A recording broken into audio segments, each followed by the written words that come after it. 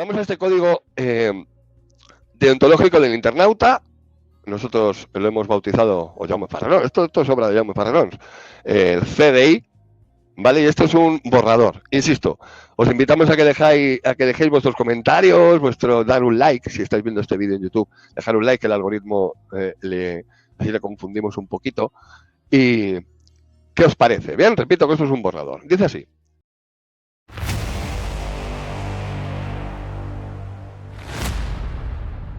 Preámbulo.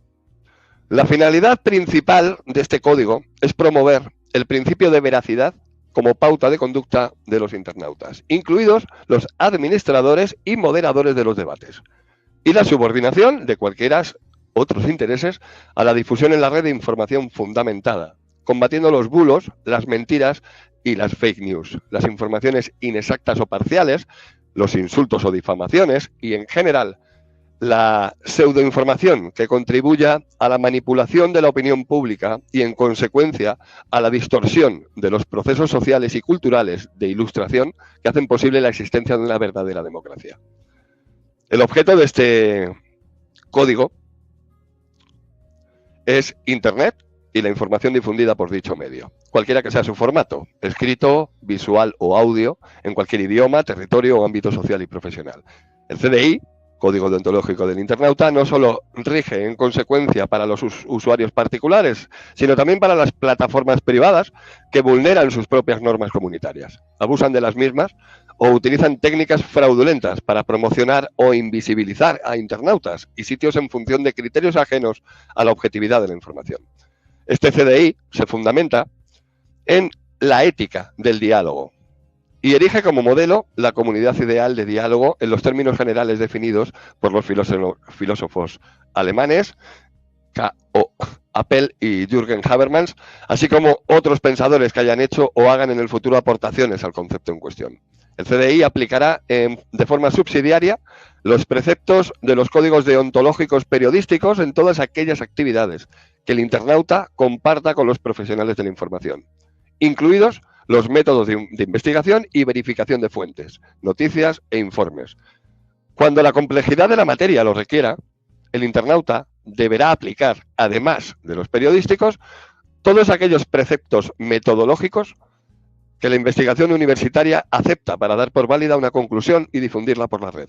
Cuando no sea así, el internauta deberá avisar que no es un especialista ni un investigador en la materia y que la información, aunque haya superado ciertos umbrales de verificación de tipo periodístico, no puede darse por plenamente verificada y carece de convalidación científica. La aplicación de la sanción de identificación como faker a un internauta o sitio concreto debe estar justificada y se normalizará mediante un reglamento de aplicación que garantice tanto los derechos del afectado, incluidos los de defensa y apelación, cuanto la rapidez del procedimiento. Las sanciones se aplicarán a perfiles de Internet, no a personas, cuya identificación resulta imposible o dudosa en el marco de la actuación del CDI. Si el sancionado funda otro perfil, no se podrá hacer extensiva al mismo la sanción ya aplicada, aunque en el caso de tratarse evidentemente de un solo usuario, por confesión propia u otros motivos verificados, este hecho podrá publicitarse en la red sin que dicha información esté sujeta a más controles que los ya establecidos para cualquier otra. Este CDI podrá ampliar, desarrollar y concretar sus normas a medida que la experiencia de su aplicación y las cuestiones planteadas así lo exijan. En cualquier caso, dicha ampliación se basarían en los siguientes principios y desarrollará algunos de los preceptos ya establecidos en el decálogo mediante el sistema de añadir subpuntos, pues 1.1, 1.2, 12.1, por ejemplo, a los puntos del mismo. A. No es que diga A de A, no. Punto A. Principio de veracidad. La verdad es el valor supremo del internauta que difunde información. El error no se confunde con la mentira. Cabe errar sin vulnerar este principio. Cuando quede acreditado el error, el internauta afectado puede corregir la información sin incurrir en ninguna vulneración del principio. Si a sabiendas encubre el error, se convierte en un mentiroso y entonces está vulnerando ese CDI. B. Principio de intervención mínima y facilidad normativa. Dice así: el CDI debe ser lo más escueto, simple y sencillo posible. Solo se recurrirá al mismo cum grano salis a fin de garantizar la difusión de información veraz. Jamás puede ser utilizado como excusa para dificultar el debate o favorecer a una de las partes. La sanción por esa vulneración del CDI es excepción, no un hábito. Buscamos una red donde las sanciones no deban ser aplicadas nunca porque todos los usuarios han interiorizado los principios de una ética dialógica. La aplicación fraudulenta, represiva o vindicativa del CDI vulnera ese propio CDI. C. Principio de verificación de la información. Bueno, el CDI debe definir unas pautas mínimas de verificación de la información accesibles y aplicables por cualquier internauta, pero también tener en cuenta que entre la pura falsedad y la información plenamente verificada existe toda una gama de informaciones verosímiles y parcialmente verificadas que no cabe confundir con ese fake news, pero tampoco con una información fundamentada. Un hecho habitual, y quizás el más habitual, de que el internauta debe ser plenamente consciente a la hora de emitir unas conclusiones. Por ejemplo, ¿qué sería una información veraz? Pues que Kiev es la capital de Ucrania. Vale, ¿qué sería una información falsa? Que Zelensky es nazi, por ejemplo. Y una información verosímil, y para ti ni para mí, pues que, por ejemplo, que Putin invadió Ucrania y usó como casus belli propagandístico la realización de una operación de desnazificación del país. Bueno, tiene verosimilitud, pero no se puede dar, por cierto. Punto número D. Bueno, letra D, mejor dicho. Principio de legalidad y garantismo sancionador. Ese CDI no puede emitir preceptos que entren en contradicción con la legalidad vigente y se aplicará a los internautas de forma subsidiaria con las garantías mínimas que recoge el derecho administrativo sancionador, las cuales, conviene insistir en este punto, no son respetadas por la mayoría de las plataformas privadas de Internet. Bueno, principio sancionador. Los internautas que vulneren ese CDI serán expresamente señalados como tales mediante una marca especial que remitirá el documento correspondiente donde se expliquen y detallen los motivos de esa identificación, así como las alegaciones, si las hubiera, del afectado. F. Principio de voluntariedad. El reconocimiento del CDI es voluntario y quedan sujetos al mismo como beneficiarios, quienes así lo decidan, mediante el distintivo correspondiente, cuyo significado será: esta página, sitio o usuario se acoge a ese CDI. Se habilitará un centro de información público para registrar los perfiles firmantes del CDI. Los internautas que no se acojan a ese CDI podrán ser también sancionados. No se acoge al CDI por desconocimiento, rechazo explícito o indiferencia.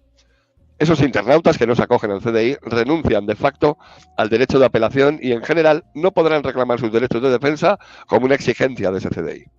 Bien entendido que ello no exime a la otra parte de motivar, justificar y fundamentar la resolución sancionadora aplicada. C. Principio de indemnidad moral. La vigencia de la sanción no podrá superar los 12 meses y tiene un carácter puramente reputacional, ético. No corresponde al CDI regular otro tipo de reprobaciones que las puramente morales y esto única y exclusivamente en relación con la credibilidad de la información emitida y la veracidad de su fuente. D. Principio de autogestión. Ningún organismo, asociación o entidad podrá usurpar esa legitimidad del CDI, cuya vigencia y aplicación recae sobre los propios usuarios, los cuales pueden, empero, coordinarse de forma local o nacional a fin de aplicarlo de manera efectiva en un determinado territorio o ámbito social. En cuanto al decálogo, dice así: el internauta deberá siempre respetar la legislación y singularmente la que afecte de forma directa al objeto de este código, incluido el código penal vigente en cada país, aunque no comparta sus normas. Bueno, 1.1 dice así: una de las finalidades más importantes del CDI es combatir la manipulación en la red y por ende de sus usuarios mediante medios técnicos fraudulentos, como por ejemplo el uso de bots. Dichos fraudes serán objeto de sanción contra ese internauta que las utilice, pero también contra las plataformas privadas por estas u otras prácticas que incluyen la vulneración de sus propias normas, las sanciones abusivas, la impunidad de las fake news, la técnica de promoción o invisibilización de los usuarios en función de criterios ajenos a la objetividad de la información, etc. 1.2. El uso de varias cuentas o perfiles por parte de un mismo usuario, una práctica generalizada en Internet, no será objeto de sanción, dada la imposibilidad de verificar quién se encuentra de hecho detrás del ordenador cuando un perfil emite un mensaje. Punto número 2. El internauta no difundirá información manifiestamente falsa o información que no haya verificado personalmente, identificando a sus fuentes, así como la credibilidad de las mismas. Datos que deberá añadir al mensaje, en un lugar visible del texto, o vídeo, o audible a la locución, y la difusión de informaciones mediante un redactado o exposición oral que vulnere gravemente las normas de la gramática, sintaxis o semántica del idioma, utilizado hasta el punto de afectar su inteligibilidad, también será considerada objeto de reproche. Bueno, cuando la credibilidad de las fuentes sea dudosa, el internauta no indicará de forma expresa y avisará a los receptores de la información de la misma que no puede darse por definitivamente verificada, que no es una información verosímil. 4. Importante. El internauta debe distinguir entre opinión y argumento. La opinión no apela a una fundamentación ni se limita a informar sobre cuál es la postura del internauta. El argumento tiene pretensión de veracidad vinculante para cualquier internauta y aporta una fundamentación racional que acredita dicha pretensión. El internauta puede opinar lo que considere oportuno. Por ejemplo, pues que le gusta la cerveza o visitar un país. Visitar París, en este caso pone, señalando de forma expresa este extremo. 5. Los fundamentos de un argumento pueden ser refutados mediante otros argumentos. Y esta dinámica abre la posibilidad de un debate que debe regirse por ese principio de fundamentación y los métodos de verificación que rigen en el periodismo, la investigación y, si menester fuere, los métodos universitarios y académicos de producción de esa validez científica. 6. En un debate racional, el internauta debe omitir las alusiones y descalificaciones personales, la falacia ad hominem que conocemos. En general, el debate racional debe excluir todas esas falacias lógicas, sin excepción, que han sido ya detectadas y catalogadas por los filósofos a lo largo de los siglos, las cuales pueden ser actualmente desconocidas por la mayoría de la población. Aunque los argumentos sean lógicamente correctos, si las premisas son falsas, las conclusiones son falsas. Y aunque las premisas sean verdaderas, si los argumentos son lógicamente incorrectos, las conclusiones también van a ser falsas. Solo las verdaderas conclusiones basadas en premisas verdaderas y razonamientos son correctos. 7. Los insultos, injurias, calumnias, difamaciones, así como las amenazas están prohibidos y dan lugar a la aplicación cautelar inmediata de ese código deontológico del internauta.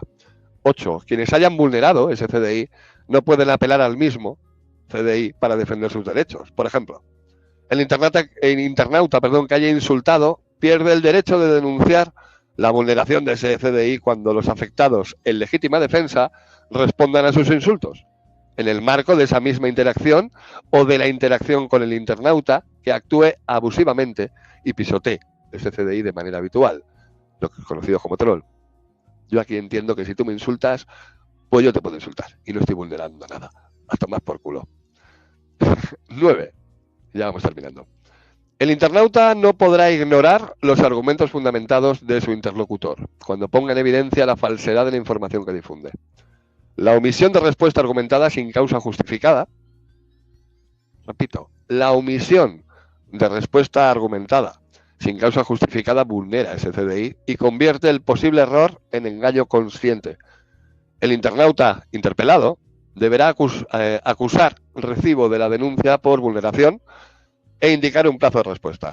Cuando un internauta, en el marco de un debate, ignore los argumentos de su interlocutor, pero pretenda continuar el debate, repitiendo argumentos que ya han sido refutados o cuestionados mediante otros argumentos en respuesta, está vulnerando ese CDI.